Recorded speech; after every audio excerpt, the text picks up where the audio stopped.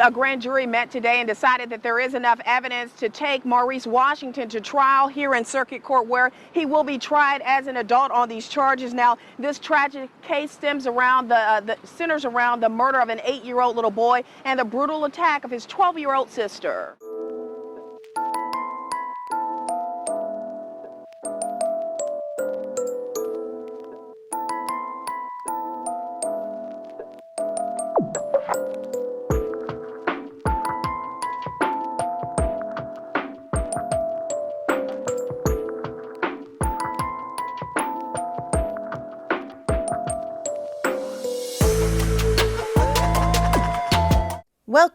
Welcome back, and thanks for being here. I'm Cassie, and this is A Wicked World. If you haven't checked out A Wicked World on Patreon yet, and you have the means to help support the channel even further, then check that out using the link in the description box below. There, you'll get early access to new videos, as well as access to 40 Patreon exclusive videos, with new ones being added each and every month. The story I have for you today is one about a little boy who acted extremely heroic in his last moments, likely saving the life of someone he loved. This is the story of Marty Cobb.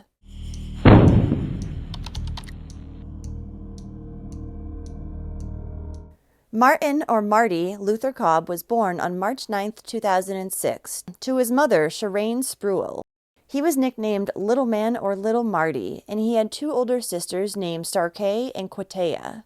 Marty was a second-grade student at Red Elementary School in Richmond, Virginia, and was said to be a mama's boy, but was also very warm-hearted and friendly, though he was a bit shy. Marty was also small for his age, but his tiny stature was said to have masked his true fighting spirit. The reason for his small stature was because Marty had been born prematurely, and then at only 3 months old he had gone on to survive open heart surgery. Now he lived along with his mother, Shireen, and one of his older sisters, Quatea Cobb, at their North Richmond, Virginia home. Marty's mother would always tell him that he was the man of the house, and he needed to watch out for and protect his sister.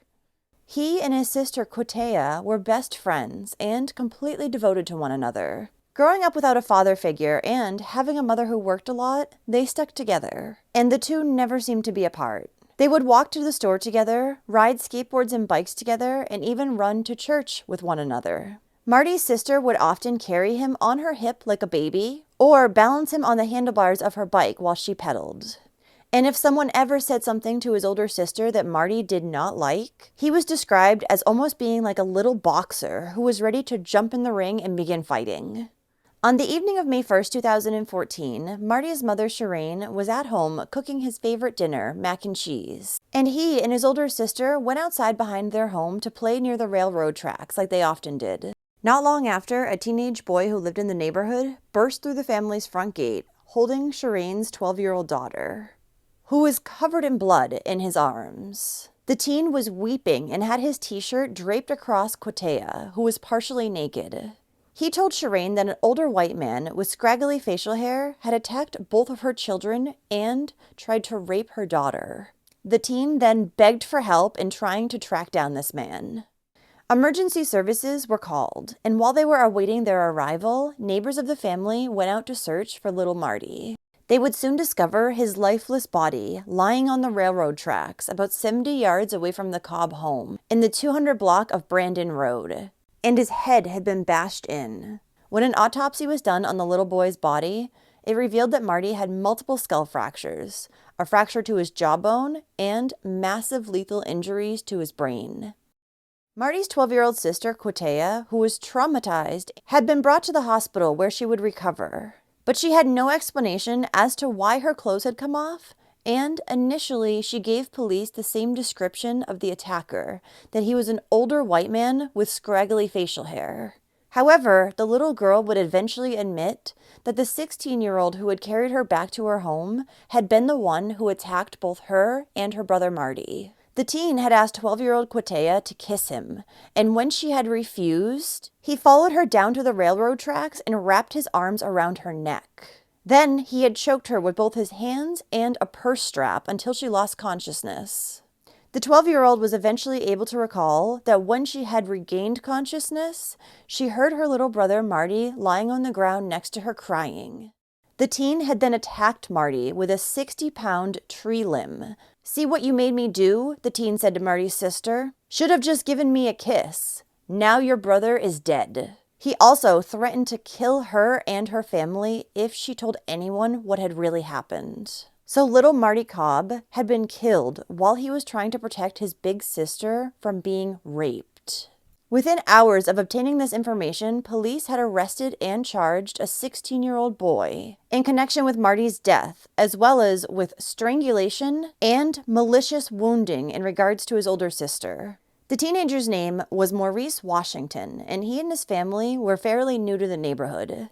The 16-year-old also had a history of violent behavior, including a 2010 attack on a 3-year-old little boy who lived in the Mosby Court housing community. Maurice, who had just been 12 himself at the time, lured the toddler from his house with the promise of a hot dog. The little boy had then been choked and struck in the head with a hammer. Following this attack, the 3-year-old had spent 4 years in recovery after requiring 100 staples and a metal plate in his head. Maurice was charged with malicious wounding in relation to this incident, and he was scheduled to receive mental health treatment, though it's never said if he actually did receive it. He had, however, just been released from a psychiatric facility days before he attacked and killed Marty. The teen would tell police that he was not the one who was responsible for the attack on Marty and his sister. He went on to say that he'd been the one who had taken Marty's sister back to her home, and then joined others in looking for the little boy. When Marty was discovered near the railroad tracks, Maurice claimed that he had checked for a pulse, and additionally accused police of taking too long to respond to the scene. But other witnesses would tell authorities that Maurice had actually been seen walking in the opposite direction of where Marty's body would later be found, and that he had never checked for a pulse when the little boy's body was discovered.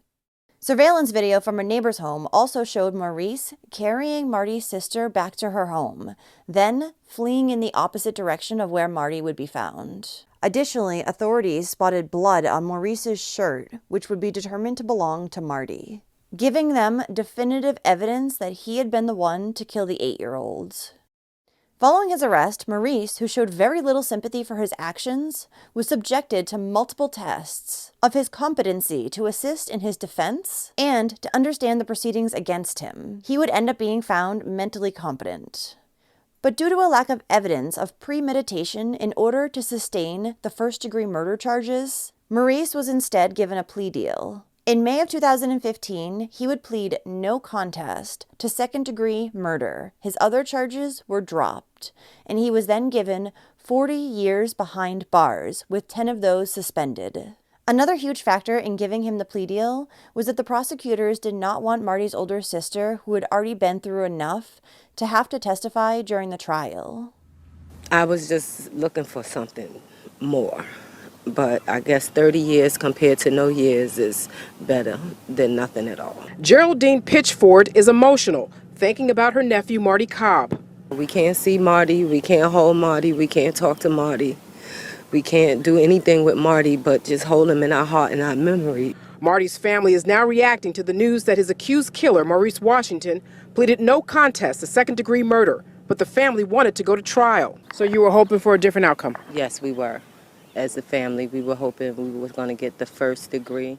Maurice's mother would apologize to Marty's family, and pretty quickly after her son was arrested, she began to fear for her life and moved out of the neighborhood as well as quit her job. Marty's mother, Shireen, would speak about her young son, who the community was now hailing as a hero. She said, "As soon as he could talk, I told him he was the man of the house. That's what he did. He's a hero."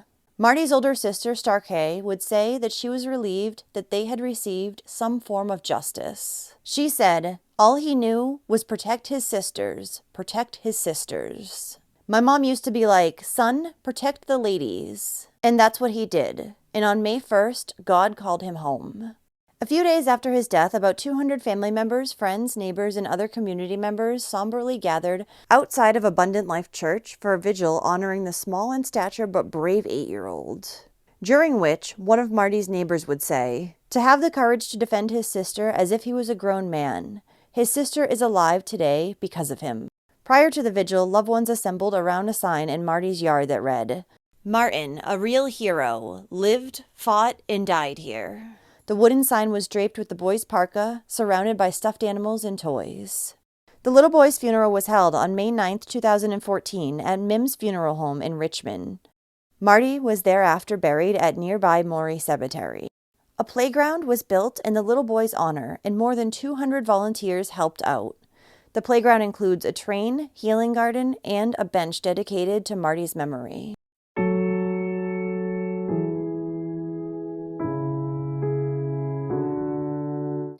Well, thank you for listening to Marty's story today.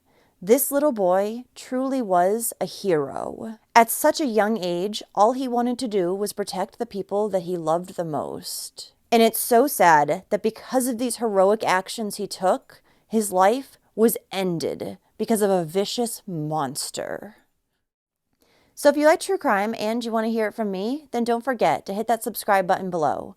And turn on your notifications too, so you'll know when I upload a new video, which is at least 3 times every single week. Thanks for watching A Wicked World today. Until next time, take care guys. Bye. Thank you to all the patrons of A Wicked World. Now, there's even more of A Wicked World on Patreon. So check it out at patreon.com/awickedworld or use the Patreon app. You'll have access to exclusive videos each month and more. Any support truly helps to make sure the victims never get forgotten and to highlight the shortcomings of society associated with each case. Do you have a suggestion for a case you'd like to see me cover? If so, send me an email at awickedworldtruecrime@gmail.com.